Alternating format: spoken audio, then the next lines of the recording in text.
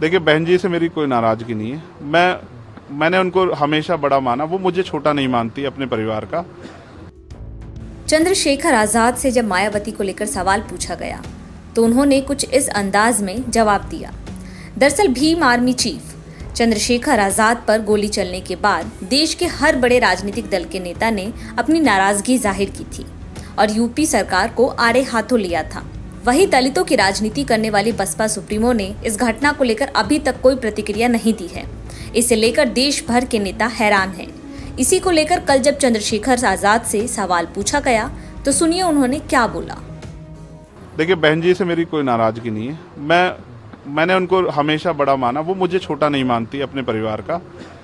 उनको ये घटना छोटी लगी, शायद अगर मैं मर भी जाता शायद उनको इस पर कोई शायद बुरा नहीं लगता। मुझे उनसे कोई दुख नहीं है। मेरे लोग मेरे साथ नहीं है बहुत, और वो समझ रहे हैं कि जो उनके लिए मरने को तैयार है, जिसने जो जान पे जिसकी बनाई है, वो हमारा अपना है। मेरे लोग मेरे साथ खड़े होंगे, मैं इस लड़ाई को लड़ता रहूंगा। लगभग सभी दलों के मायावती हर एक छोटी बड़ी घटना पर ट्वीट करती हैं, लेकिन चंद्रशेखर पर हुए हमले पर उन्होंने ट्वीट नहीं किया। इस पर सवाल उठने लगे कि कहीं ऐसा तो नहीं कि चंद्रशेखर के बढ़ते कद को मायावती बसपा के लिए खतरा मान रही हैं। चंद्रशेखर आजाद को कभी भी खुले तौर पर मायावती का विरोध करते नहीं देखा, लेकिन बहुजन समाज पार्टी सुप्रीमो मायावती शायद उनकी मौजूदगी से खतरा महसूस कर रही हैं। इसीलिए मायावती ने चंद्रशेखर के हमले पर कोई ट्वीट नहीं किया। मीडिया से बात करते हुए चंद्रशेखर ने सीएम योगी पर भी गंभीर आरोप लगाए।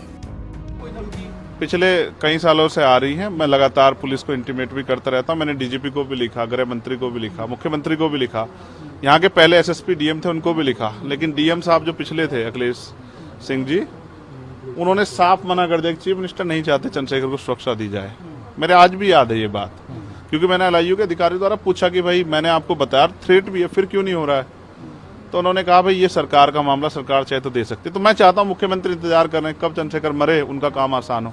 लेकिन उनको ये नहीं पता कि गरीबों की, कमजोरों की, शोषितों की बात करने वाला चंद्रशेखर इतनी आसानी से उनकी राह के रास्ते में से नहीं हटेगा। आपको बता दें कि भीम आर्मी चीफ चंद्रशेखर 28 जून शाम को अपने एक साथी की मां की रस्म पगड़ी में शामिल होने के बाद सहारनपुर लौट रहे थे। तभी उन पर जानलेवा हमला हुआ। फायरिंग के दौरान एक गोली चंद्रशेखर को छूते हुए निकल गई। सूचना मिलते ही मौके पर पुलिस की टीम पहुंच गई।